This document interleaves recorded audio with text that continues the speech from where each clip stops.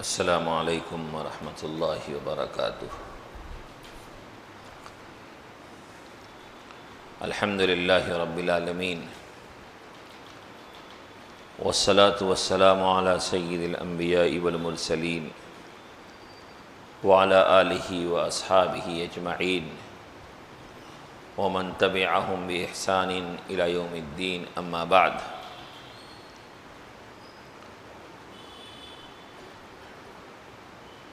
فعن سمرة بن جندب رضی اللہ عنہ قال قال رسول اللہ صلی اللہ علیہ وسلم لا تلاعنوا بلعنة اللہ ولا بغضبہ ولا بالنار، رواہ ابو داود والترمذی وقال حدیث حسن صحیح۔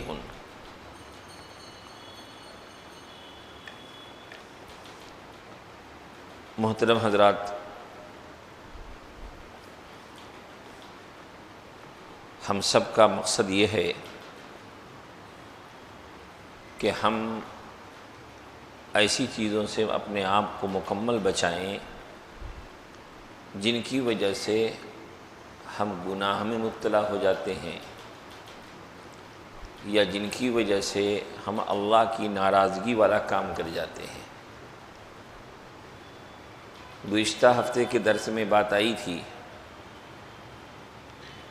کہ نبی اکرم صلی اللہ علیہ وسلم نے فرمایا کہ جو شخص اس بات کی ضمانت لیتا ہے کہ وہ اپنی زبان کی اور اپنی شرمگاہ کی حفاظت کرے گا تو میں اس کے لیے جنت کی ضمانت لیتا ہوں۔ گویا کہ زبان کی حفاظت بہت ضروری ہے، اور بہت سی مرتبہ ہم زبان کے غلط استعمال کی وجہ سے ہی اپنی آخرت کو خطرے میں ڈال دیتے ہیں۔ زبان کے غلط استعمال کی کئی شکلیں ہیں، ان میں سے ایک بات گزشتہ ہفتے گزری کہ غیبت کرنا اور اس کی کیا خطرناکی ہے، وہ گزشتہ درس میں نے بتایا۔ زبان ہی کی برائیوں میں سے ایک بہت بری چیز جس سے اسلام نے بڑی سختی سے روکا ہے وہ ہے لعنت۔ کیونکہ ہم کسی پر جو لعنت کے الفاظ بولتے ہیں زبان سے ہی بولتے ہیں۔ یہ لعنت کیا ہے، اس کی حقیقت ہم اردو میں بھی لعنت بولتے ہیں اور عربی بھی یہ لفظ لعنت ہے۔ لعنت کا اصل مطلب ہے کسی کو اللہ کی رحمت سے دور کرنے کی بد دعا دینا، کہ اس پر اللہ کی رحمت نہ ہو، وہ شخص اللہ کی رحمت سے محروم ہو جائے، یہ ہے لعنت۔ علماء نے اس کا مطلب لکھا ہے کہ کسی کو اللہ کی رحمت سے دور کر دینا، الابعاد عن رحمت اللہ تعالی۔ ہمارا مزاج یہ ہونا چاہیے کہ ہماری زبان، ہمارے اعمال سب کے سب اللہ کی مرضی کے تابع ہوں۔ اگر کوئی چیز اللہ کو ناگوار ہے تو ہماری کامیابی اسی میں ہے کہ ہم اس سے بچیں۔ بہت سی مرتبہ بات چیزیں بہت معمولی ہوتی ہیں، لیکن اسلامی نظر سے دیکھا جائے تو وہ چیز بہت بری ہوتی ہے۔ جیسا کہ گزشتہ درس میں نے بتایا کہ غیبت کرانے کو لوگ معمولی سمجھتے ہیں، لیکن کتنی خطرناک برائی ہے وہ کہ اس کے بارے میں نبی صلی اللہ علیہ وسلم نے فرمایا کہ وہ شخص جنت میں داخل نہیں ہوگا، عذاب قبر ہو رہا ہے اس کی وجہ سے۔ تو ایسے ہی لعنت کسی پر بھیجنا، کسی کے بارے میں کہنا کہ اس پر اللہ کی لعنت ہو، اس سے اسلام نے منع کیا ہے۔ اس مسئلے کو تھوڑا سا سمجھیے۔ علماء نے لکھا ہے، اور خاص طور پہ علامہ ابن تیمیہ نے اور کئی علماء نے اس حدیث کی روشنی میں اور دیگر احادیث کی روشنی میں لعنت کے مسئلے کو مستقل تشریح کے ساتھ لکھا ہے، تفصیل کے ساتھ لکھا ہے۔ قرآن کریم میں آپ دیکھیں گے کئی جگہوں پہ اللہ تعالیٰ نے مختلف قوموں پہ لعنت بھیجی ہے کہ فلاں قوم پہ لعنت ہو یا فلاں برائی کرنے والے پر لعنت ہو. جیسے قرآن کریم اللعنۃ اللہ علی الظالمین، کہ ظالمین پر اللہ کی لعنت ہو قرآن کریم میں. تو ایک طرف تو اللہ نے یہ کہا کہ ظالمین پر اللہ کی لعنت ہو، اور دوسری طرف ہمارے آقا صلی اللہ علیہ وسلم ہمیں لعنت کسی پر بھیجنے سے روک رہے ہیں. تو اب ہمیں شریعت کے حدود کو سمجھنا ہے. تو علماء نے لکھا کہ ایک تو یہ ہے کہ کسی متعین شخص پر اس کا نام لے کر کے لعنت کے الفاظ بولے جائیں. جیسا کہ کسی کو کسی سے ناراضگی ہے، کچھ دشمنی ہے، تکلیف ہے، تو اس کے منہ پر یا اس کے پیچھے اس کو متعین کرتے ہوئے اس کے لیے لعنت کے الفاظ بولے. اور ایک یہ ہے کہ کسی کو متعین کیے بغیر ایک مخصوص قسم کی برائی کرنے والوں کو کہ بھئی جو بھی ایسے برائی کرنے والوں پر اللہ کی لعنت ہو، تو کسی کو متعین نہیں کیا گیا. ایک برائی سے جڑے ہوئے لوگوں پر اس طرح کے الفاظ بولے گئے. تو علماء نے لکھا ہے کہ جہاں پہ کسی کی تعیین نہ ہو، چاہے وہ مسلم ہو چاہے غیر مسلم ہو، کسی کو متعین کیے بغیر، جیسے اللعنۃ اللہ علی الظالمین کہ ظالمین پر اللہ کی لعنت ہو، یا کسی کو متعین نہیں کیا گیا، تو اس طریقے سے تو کہنے میں کوئی حرج نہیں ہے، کیونکہ یہاں پہ کسی کی تعیین نہیں ہے، بلکہ ایک برائی کی طرف کی مذمت ہے اور برائی کرنے والوں کی مذمت ہے. ایک شکل تو یہ ہے. دوسری شکل یہ ہے کہ کسی کو متعین کر کے اس کے لیے لعنت کے الفاظ بولے جائیں. تو علماء نے لکھا کہ کسی بھی انسان کو، چاہے وہ مسلم ہو چاہے غیر مسلم ہو، جب تک کہ اس کی موت غیر اسلام پہ نہ ہو گئی ہو، اس وقت تک اس کے لیے لعنت کے الفاظ استعمال کرنا درست نہیں ہے. ہاں، جس کی یقینی طور پہ برائی میں دنیا سے چلا گیا، اس کے بارے میں فقہا کہتے ہیں کہ جیسے کہ ابو جہل ہے، ابو لہب ہے، تو اس کے لیے اس طرح کے الفاظ استعمال کرنے کی اجازت ہے. لیکن جو شخص زندہ ہے، چاہے وہ مسلم ہے چاہے غیر مسلم ہے، اس کے لیے چاہے وہ کیسا بھی برا ہے، لعنت کے الفاظ کو استعمال کرنے سے منع کیا گیا ہے. ایسے ہی جو شخص کتنا ہی برا تھا لیکن اس کی موت اسلام پر ہوئی، یعنی مسلمان تھا، وہ اسلام پر باقی تھا، تو بھی اس کے لیے لعنت کے الفاظ اس کے مرنے کے بعد بھی اس کے لیے استعمال کرنا درست نہیں ہے. کیونکہ ہو سکتا ہے کہ اللہ تعالیٰ کو اس کی زندگی کا کوئی عمل پسند آ گیا ہو اور اللہ نے اس پر اپنی رحمت کا معاملہ کر دیا ہو. آپ کی نظر میں ہو سکتا ہے وہ برا ہو. دنیا میں بہت سے لوگ ایسے ہیں کہ ان کے کچھ ایسے راز ہوتے ہیں جس سے دوسرے لوگ واقف نہیں ہوتے، اور اللہ کے یہاں مغفرت کے لیے بسا اوقات چھوٹی چھوٹی چیز بہانہ بن جاتی ہے. تو یہ ہے اس مسئلے کی تفصیل. تو مجموعی طور پر اسلام کا مزاج یہ ہے کہ اسلام مومن کے بارے میں کہتا ہے کہ مومن کی شان یہ نہیں ہے کہ وہ لعن طعن کرے. لعن طعن والی زبان سے مومن کو بچنا چاہیے.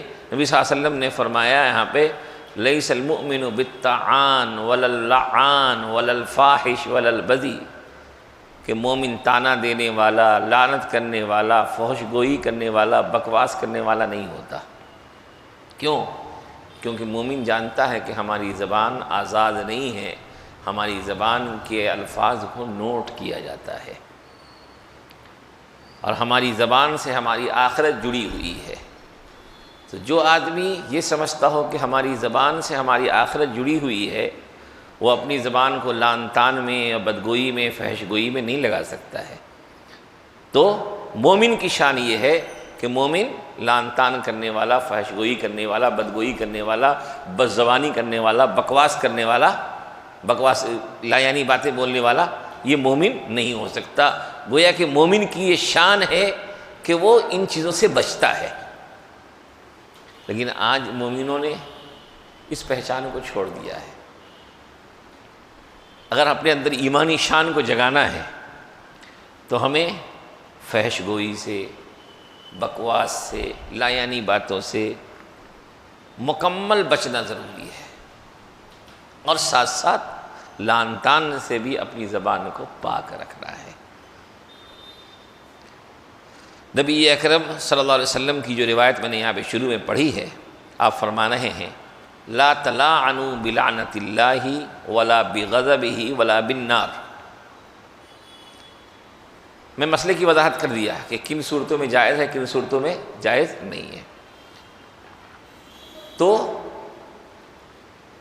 نبی صلی اللہ علیہ وسلم نے فرمایا کہ کسی پر اللہ کی لعنت یا اللہ کا غضب یا اللہ جہنم کی وعید کے ذریعے لعنت مت کرو، کہ اس پر اللہ کا غضب نازل ہو، وہ جہنمی ہے، وہ جہنم میں جائے۔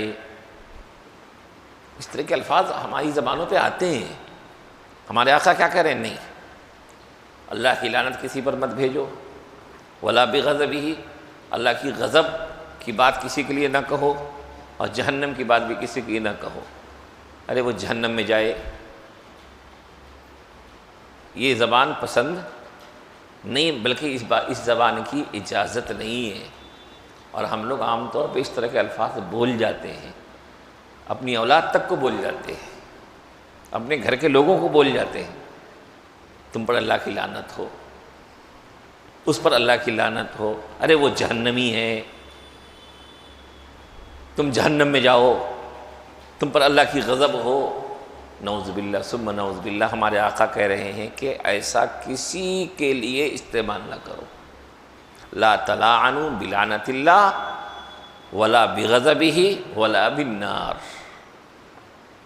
کسی پر بھی اللہ کی لعنت نہ بھیجو، کسی پر بھی اللہ کا غضب نہ بھیجو، اور کسی کو پر جہنم کی وعید نہ بولو کہ فلاں تم جہنمی ہو، اس طریقے الفاظ نہ کہو۔ اور نبی صلی اللہ علیہ وسلم فرماتے ہیں کہ اگر کوئی شخص اپنی زبان کو محتاط نہیں کرتا ہے اور لعن طعن میں اپنی زبان کو لگائے رکھتا ہے، حالانکہ مومن کو تو بالکل بچنا ہی ضروری ہے، فرمایا لا یکون اللعانون شفعاء ولا شہداء یوم القیامہ۔ اللہ ہم سب کی حفاظت فرمائے کہ لعن طعن کرنے والے قیامت کے دن سفارش کرنے والے نہیں بن سکتے ہیں، اور شہداء بھی نہیں بن سکتے ہیں۔ گویا کہ جس پر ہم لعن طعن کر رہے ہیں وہ نقصان اس کا نہیں ہے، نقصان اپنا ہے۔ اس کے نام، اس کا اللہ کی رحمت سے دور ہونا نہ ہونا وہ تو اس کے اعمال سے جڑا ہوا ہے، لیکن اگر ہم اپنی زبان کا غلط استعمال کر رہے ہیں تو اس کی وجہ سے نقصان ہمارا ہو رہا ہے۔ اور اس معاملے میں تو ہم بہت بے احتیاط ہو چکے۔ ذرا سا کسی پہ غصہ آیا، ذرا سا کسی پر کچھ اپنے غصے کی بات اتارنی ہو تو لعنت کے الفاظ ہماری زبان پہ بہت جلدی آ جاتے ہیں۔ یہ نقصان اس کا نہیں ہے۔ نبی صلی اللہ علیہ وسلم فرما رہے ہیں کہ لعنت بھیجنے والے شفعاء قیامت کے دن سفارش کرنے والے نہیں ہو سکتے۔ کتنی بڑی خیر سے محرومی ہے۔ یہ محرومی اس انسان کی نہیں ہے جس پر ہم لعنت بھیج رہے ہیں، بلکہ خود اگر ہم نے اپنی زبان کو ایسا گندا کیا تو محرومی ہماری ہے، نامہ اعمال ہمارا خراب ہو رہا ہے۔ اور نبی صلی اللہ علیہ وسلم نے فرمایا کہ جب بندہ کسی پر لعنت بھیجتا ہے، ہم تو سمجھتے ہیں کہ بھائی ہماری زبان ہے، ہماری مرضی، جو چاہیں بول دے، تصور یہی ہے لوگوں کا. لیکن ایک حقیقت اگر ذہن میں ہو، اور اصل میں بہت ساری چیزیں ہماری آنکھوں سے اوجھل ہے. اللہ کا ایک پورا ایک منظم نظام چل رہا ہے. جیسے دنیا میں حکومت کا ایک منظم نظام ہوتا ہے، بہت سی مرتبہ ہمیں دکھے نہ دکھے لیکن وہ نظام اپنا کام کرتا رہتا ہے. تو اللہ تعالیٰ تو دنیا کے لوگوں کا نظام تو فیل بھی ہوتا ہے، اس میں چوک بھی ہوتی ہے، غلطیاں بھی ہوتی ہیں، کوتاہیاں بھی ہوتی ہیں. لیکن اللہ کا نظام ایسا مضبوط نظام ہے کہ اس میں ذرہ برابر کمی، کوتاہی، خلل ممکن ہی نہیں ہے. آپ نظام شمسی کو دیکھ لیجئے، نظام قمری کو دیکھ لیجئے، کائنات اور افلاک کے نظام کو دیکھ لیجئے. کب سے سورج نکل رہا ہے اور کب سے تک نکلتا رہے گا؟ کیا ایک سیکنڈ کے لیے بھی سورج کے نظام میں کوئی رد و بدل آیا؟ چاند کے نظام میں اللہ کا نظام مکمل، مضبوط، پختہ نظام ہے. تو ایسے ہی ہمارے ساتھ بھی اللہ کا ایک نظام چل رہا ہے. وہ نظام جس کے بارے میں حدیث قدسی میں اللہ نے فرمایا کہ اے میرے بندو، اے ابن آدم، میں نے تمہارے لیے ایک صحیفے کو پھیلا رکھا ہے اور اس کو لکھنے کے لیے 2 فرشتوں کو مقرر کر رکھا ہے. چونکہ ہمیں دکھ نہیں رہی وہ چیزیں، لیکن اللہ کہہ رہے ہیں کہ ہم نے ایک نظام تمہارے ساتھ رکھ رکھا ہے.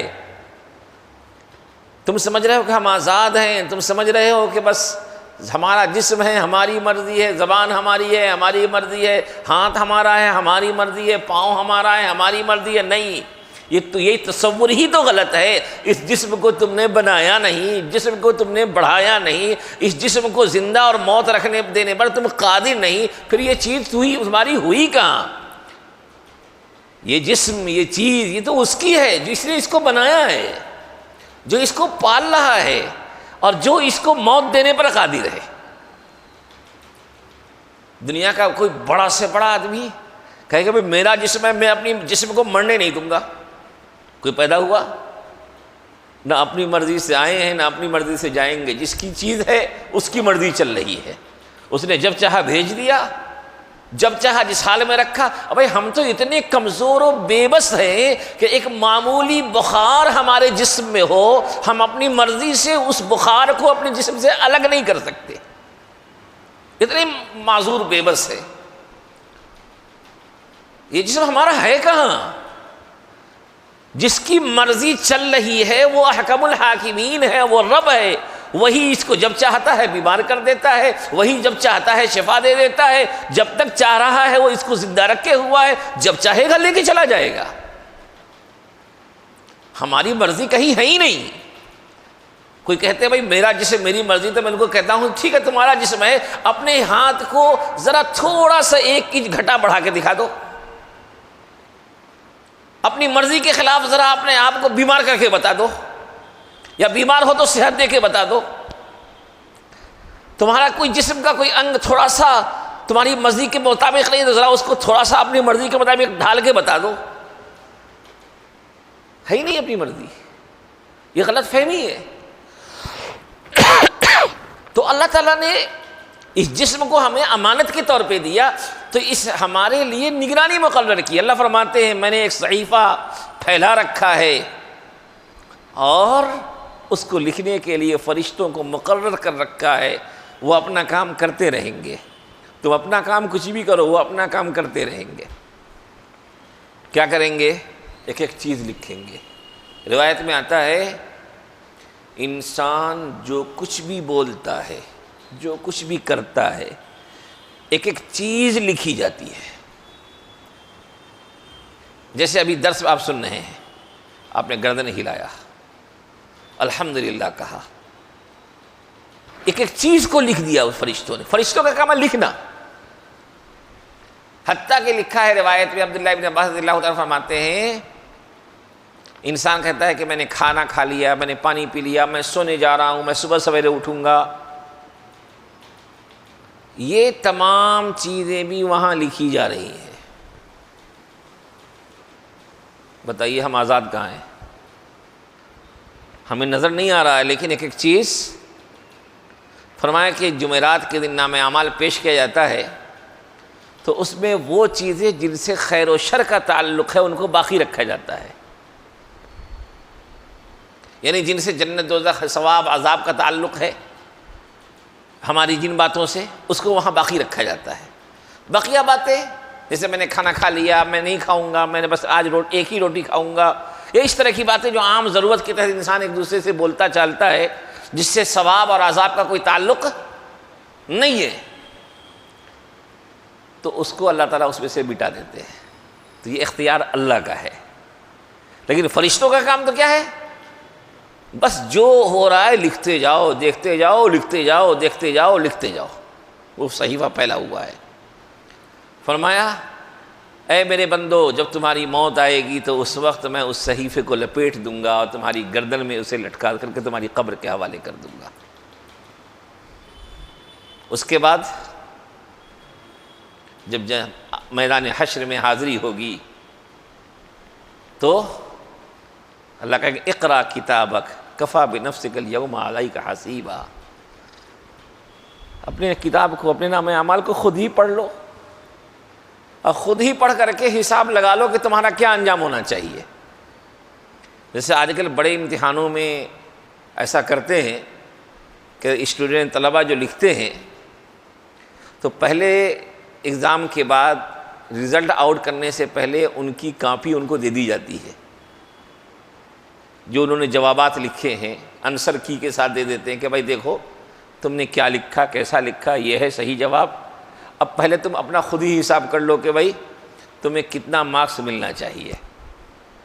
اس کا فائدہ کیا ہوتا ہے کہ جب مارکس کو، جب رزلٹ کا اعلان ہوتا ہے تو ہر ایک کو اطمینان ہوتا ہے، چونکہ ہر آدمی پہلے سے ہی جوڑ کر کے اپنے مقام کو، اپنے مرتبے کو، اپنے نمبر کو جانچ چکا ہوتا ہے، بھائی میں اس لیول پہ ہوں، اب پھر اس کو وہی لیول ملتا ہے تو مطمئن ہوتا ہے۔ تو اللہ تعالیٰ کا یہ نظام ہر انسان کے ساتھ چل رہا۔ اللہ کا اقرا کتابک کفی بنفسک الیوم علیک حسیبا، اپنی کتاب خود پڑھ لو، اپنا نامہ اعمال خود پڑھ لو اور بس تم خود ہی اپنا حساب کر لو کہ تم۔ اب بتائیے کہ اس وقت جب نامہ اعمال ہمارے ہاتھ میں ہمارے آئے اور اس کے صفحات کو پلٹتے جائیں اور جنت سے محروم کرنے والی چیزیں اور جہنم کے قریب کرنے والی چیزیں اس میں ہمیں نظر آئیں گی تو کتنی شرمندگی ہوگی۔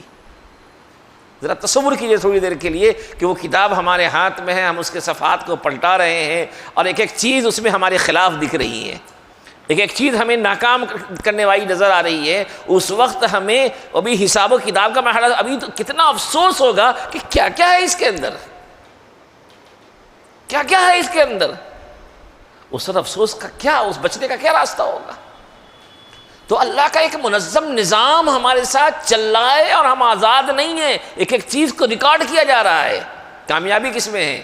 اس خیال کو زندہ رکھنے میں کہ بھائی ہم اللہ کی مرضی کے خلاف نہیں چلیں گے، ہم اپنی زبان کا غلط استعمال نہیں کریں گے، ہمارے آقا نے روک دیا ہم رک جائیں گے۔ فرمایا کہ بندہ جب لعنت بھیجتا ہے کسی چیز پر تو وہ لعنت آسمان کی طرف جاتی ہے۔ ہم تو سوچتے ہیں بس بول دیا ختم، نہیں، پورا اللہ کا ایک نظام ہے۔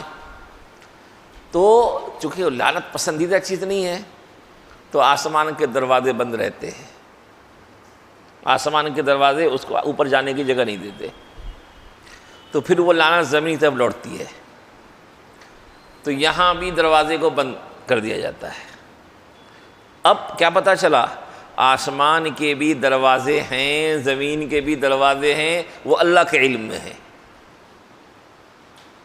اللہ کے علم میں۔ جیسے رسول اللہ صلی اللہ علیہ وسلم سفر معراج پہ گئے تھے تو جبرائیل امین آسمانوں پہ دروازوں کو کھلواتے ہوئے گئے اور ہر آسمان پر فرشتے مقرر تھے، دروازہ کھولنے کے لیے انہوں نے سوال کیا کہ کون ہیں، کیا ان کو بلایا گیا ہے؟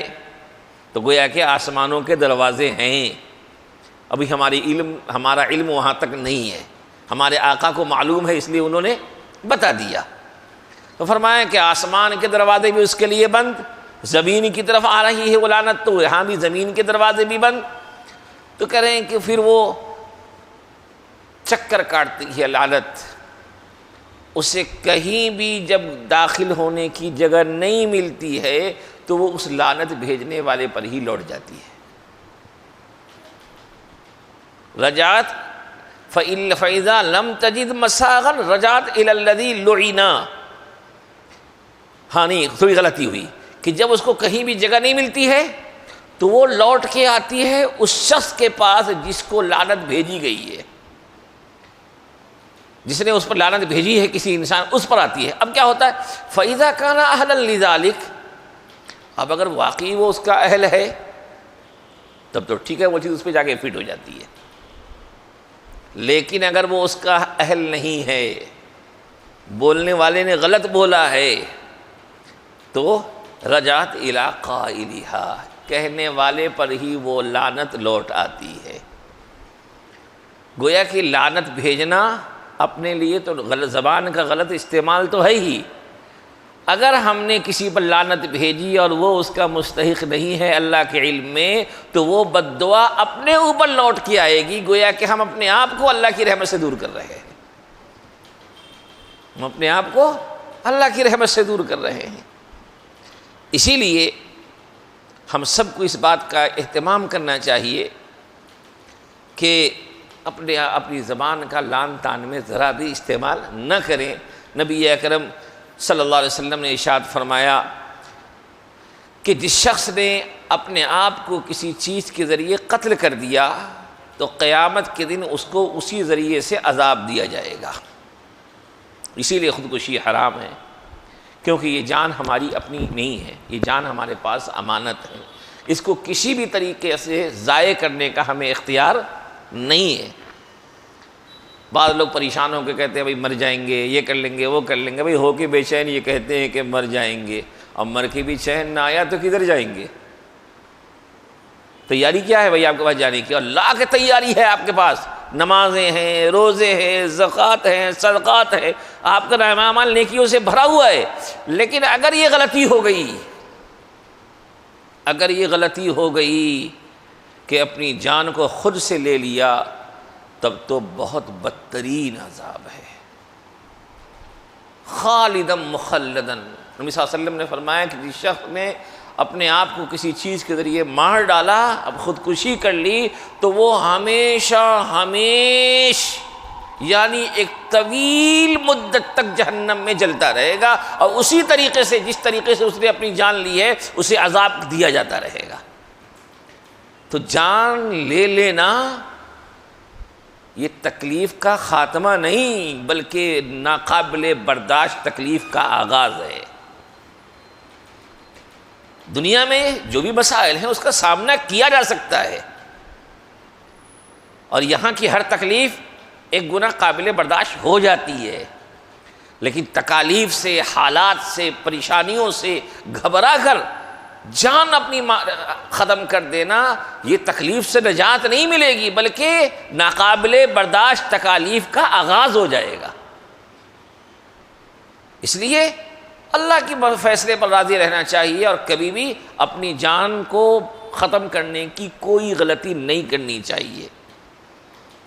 اور فرمایا نبی صلی اللہ علیہ وسلم نے کہ مومن پر لعنت بھیجنا کا قتل ہی، اس کو قتل کرنے کی طرح ہے، اس کو قتل کرنے کی طرح ہے، کہ جس طریقے سے قتل کرنا گناہ ہے، ایسے ہی مومن پر لعنت بھیجنا بھی گناہ ہے۔ اس لیے بھائیوں، اب تک ہم سے جو ماضی میں غلطی ہوئی اس سے توبہ کریں، توبہ کریں، اور آج سے احتیاط کر لیں کہ انشاءاللہ ہم اپنی زبان سے کسی کے لیے ایسے الفاظ جس سے ہمارے آقا نے منع کیا ہے اب ادا نہیں کریں گے، نہ کسی پر لعنت، حتیٰ کہ نبی صلی اللہ علیہ وسلم کی تعلیمات میں یہ ہے انسان تو انسان، کسی جانور پر بھی لعنت کے الفاظ بولنا درست نہیں ہے، کسی جانور پر بھی۔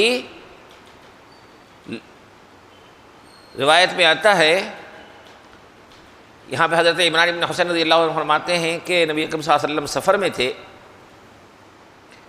تو ایک انصاری خاتون ایک اونٹنی پر سوار تھی،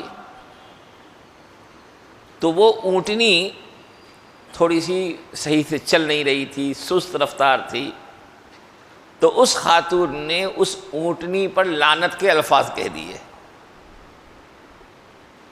نبی صلی اللہ علیہ وسلم نے اسے سن لیا کہ اس خاتون نے اس اونٹنی پر لعنت کے الفاظ کہے ہیں، تو آپ نے فرمایا خذوا ما علیہا ودعوها فانہا ملعونہ،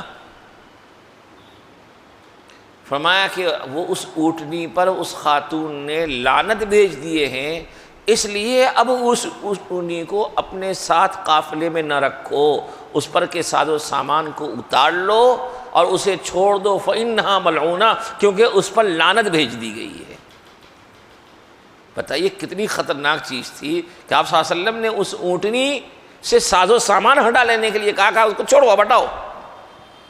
حضرت عمران بن حسین کہتے ہیں کہ میں نے دیکھا کہ اس کے بعد حال یہ ہوئی کہ وہ اونٹنی ادھر ادھر چلتی پھرتی رہتی لیکن کوئی اس کے قریب نہیں جاتا تھا، چونکہ آپ نے اس سے ساز و سامان ہٹانے کے لیے کہا۔ اور آج کل ہم لوگوں کا حال کیا ہے؟ ذرا سا ناراض ہو تو اپنے بچے پر، اپنی اولاد پر میں نے کتنی مرتبہ لعنت کے الفاظ بولتے ہیں، مائیں بول جاتی ہیں اس طریقے کے الفاظ، اور اسی کی ملعون ہے، مردود ہے۔ ملعون کسے کہتے ہیں؟ جس پر لعنت ہو۔ اپنی اولاد پر بھیجتے ہیں اس طرح کے الفاظ۔ اگر وہ ملعون ہو گیا تو کیا کریں گے؟ سوائے رونے کے اور کچھ نہیں کر سکتے۔ بہت تکلیف دی ہے اولاد نے تو اس کے لیے دعائیں کیجئے، تہجد میں اٹھ کے دعائیں کیجئے، لیکن خدا را اپنی اولاد کے لیے بد دعا کے الفاظ استعمال نہ کیجئے، کیونکہ آپ کی زبان سے نکلی ہوئی ایک بات بسا اوقات اس کی پوری زندگی کو برباد کر سکتی ہے۔ پھر آپ بھی روئیں گے، مائیں بھی روئیں گی، سب روئیں گے۔ ایسی غلطی کرتے کیوں ہیں؟ اس لیے زبان کا استعمال خیر کے لیے ہو، ہماری زبان خیر کی عادی ہو، ہماری زبان سے کسی کے لیے بھی۔ عام طور پہ لوگ کیا کرتے؟ دوسروں کے معاملے میں جب ہماری زبان غیر محتاط ہوتی ہے تو وہی غیر محتاط زبان اپنے باروں میں بھی چل جاتی ہے۔ اگر ہم کو اپنے بارے میں بھی زبان کو محتاط رکھنا ہے تو دوسروں کے بارے میں بھی زبان کو بچا بچا کے زبان عادی رہے گی جس برائی کی، تو وہ ہر جگہ اپنی عادت دکھائے گی۔ اس لیے بھائیوں، چونکہ نبی اکرم صلی اللہ علیہ وسلم نے اس طرح کی برائیوں سے، اس طرح کے الفاظ سے کسی کے کو جہنمی کہنا یا تم جہنم میں جاؤ، تم پر اللہ کا غضب ہو، تم مردود ہو، تم ملعون ہو، اس طرح کے الفاظ ہماری زبان پہ ہوں، یہ بالکل قابل قبول نہیں ہے، چاہے ہمارا سامنے والے سے کتنی ہی معاملے میں خرابی کیوں نہ ہو، اس سے دشمنی کیوں نہ ہو۔ اسلام نے کہا کہ کوئی زندہ غیر مسلم بھی ہے تو اس کے لیے بھی لعنت کے الفاظ استعمال نہیں کر سکتے۔ تو ہمیں اپنی زبان کو پابند بنانا ہے۔ اللہ سے دعا ہے کہ اللہ تعالی ہم تمام کو صحیح فکر و عمل کی توفیق نصیب فرمائے اور ہماری زبانوں کو مسلمان بنا دے۔ وآخر دعوانا الحمدللہ رب العالمین۔